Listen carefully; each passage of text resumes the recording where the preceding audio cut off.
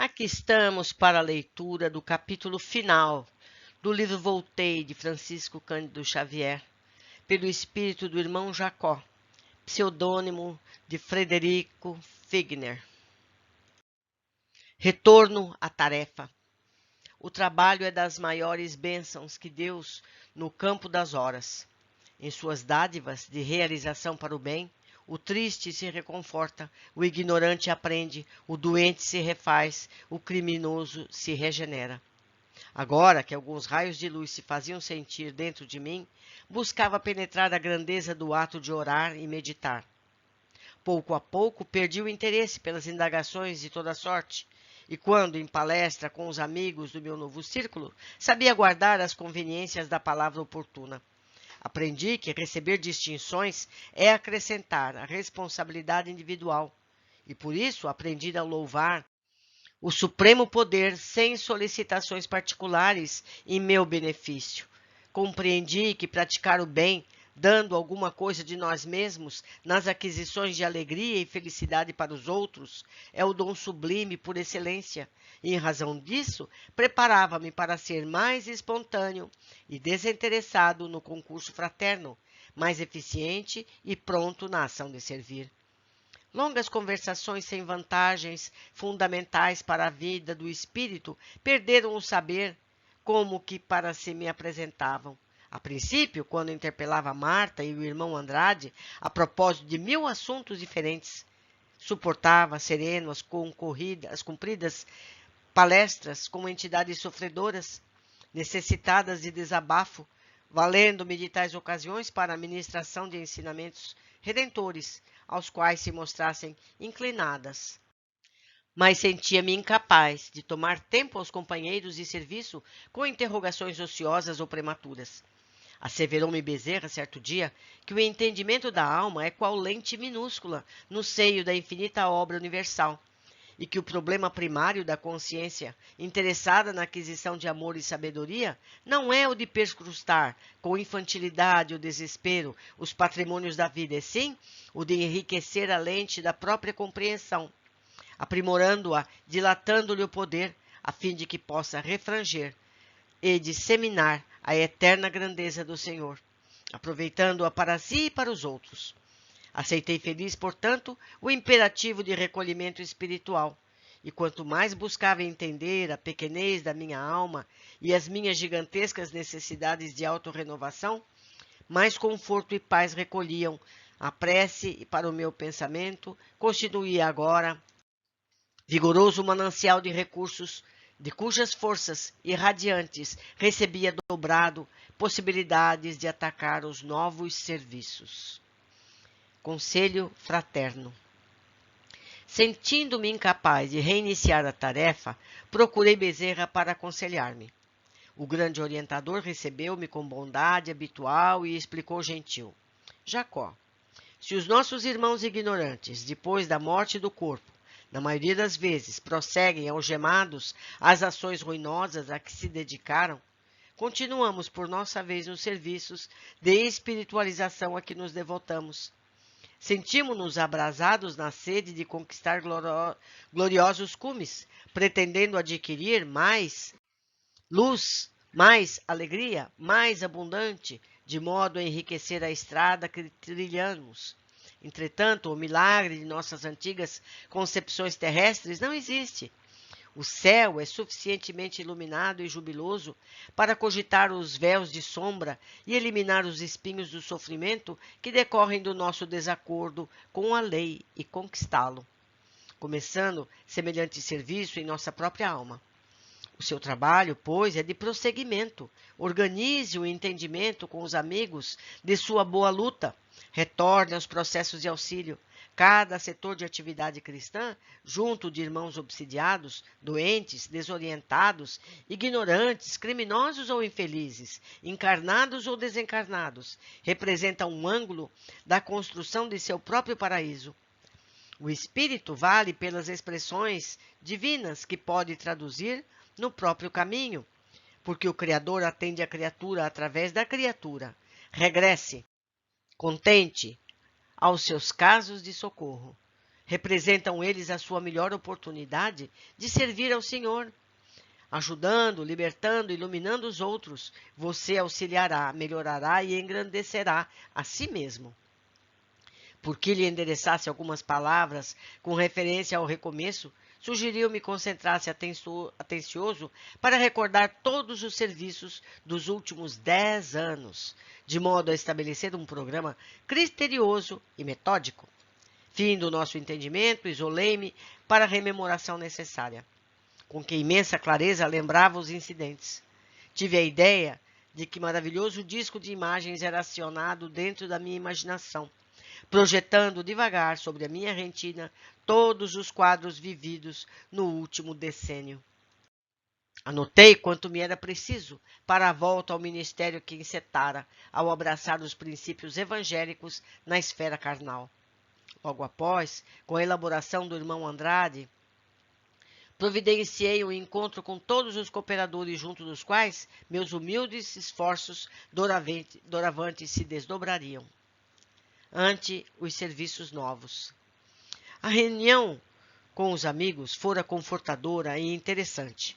3/4 partes das entidades presentes ligavam-se a mim através dos trabalhos de doutrinação que efetuara nos círculos terrestres, remanescentes, renovados de antigas agremiações, de espíritos obsessores ainda incapazes de sintonia com os planos mais elevados. Buscavam em mim proteção e arrimo, receando a influência de malfeitores cruéis que os tiranizavam. Guardava comigo a responsabilidade de lhes haver descortinado os horizontes da vida superior, mas eles continuavam necessitando o concurso de alguém que os ajudasse na movimentação dos recursos não muito complexos de que eram detentores, tanto quanto minha situação reclamava companheiros para as obrigações que me cabia desempenhar. Permanecíamos todos na posição dos discípulos de boa vontade, que, não obstante o devotamento às lições, não conseguem agir sozinhos. A palavra dos colaboradores expunham-lhes as esperanças do futuro, compelindo-me a refletir nos graves deveres que assumia. Aguardavam a alegria de laborar no próprio aperfeiçoamento. Disputavam forças para a melhora de si mesmos, traçavam planos de serviços. Com entusiasmo confiante, dirigiam-se a mim qual se lhes fora um chefe seguro. As noções de responsabilidade penetravam-me o âmago. Não registrava as confidências dos amigos com o otimismo fácil de outro tempo.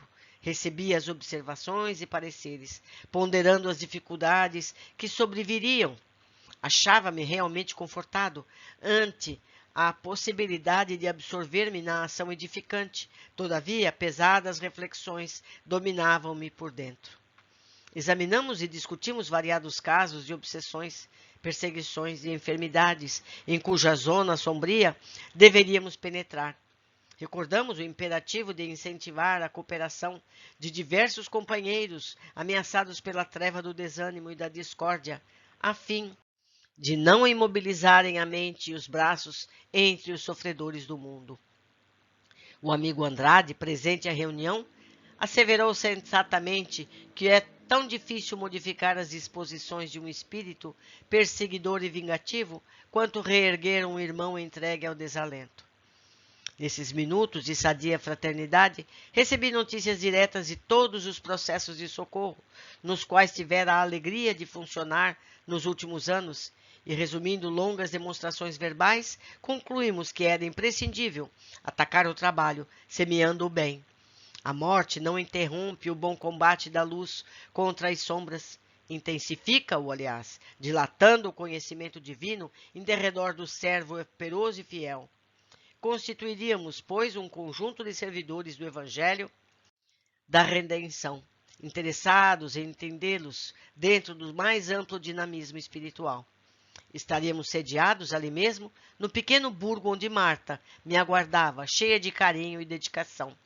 Com os recursos intercessores de Bezerra, todos os nossos problemas de localização e movimento de serviço foram solucionados satisfatoriamente. Assembleia de Fraternidade. Foi assim que designamos nova data para as bases definitivas da fase diferente de trabalho. No dia marcado para essa assembleia de fraternidade, as árvores acolhedoras que nos cercavam a moradia mostravam-se também mais formosas, mais serenas, oferecendo flores abertas que pareciam proclamarmos a esperança nos frutos do porvir. Pássaros alegres cantavam nos ramos, augurando sublime alegria. Desde as horas da manhã, grupos de amigos começavam a chegar. Os minutos deslizavam encantadores, e de mim não saberia expressar o júbilo que me dominavam as fibras mais íntimas. À noitinha, Bezerra, Saião, Guilom, Cirne, Inácio Bittencourt, Rosenburg, Frederico Júnior, Ulisses, Tosta, Casemiro Cunha, Batuíra, Romualdo de Seixas, Petitinga, Emmanuel, André Luiz e muitos outros trabalhadores do cristianismo redivivo no Brasil permaneciam conosco, encorajando-nos os corações. Iniciados os trabalhos de comunhão fraternal, diversos orientadores presentes exortaram-nos ao Ministério de Ação Evangélica.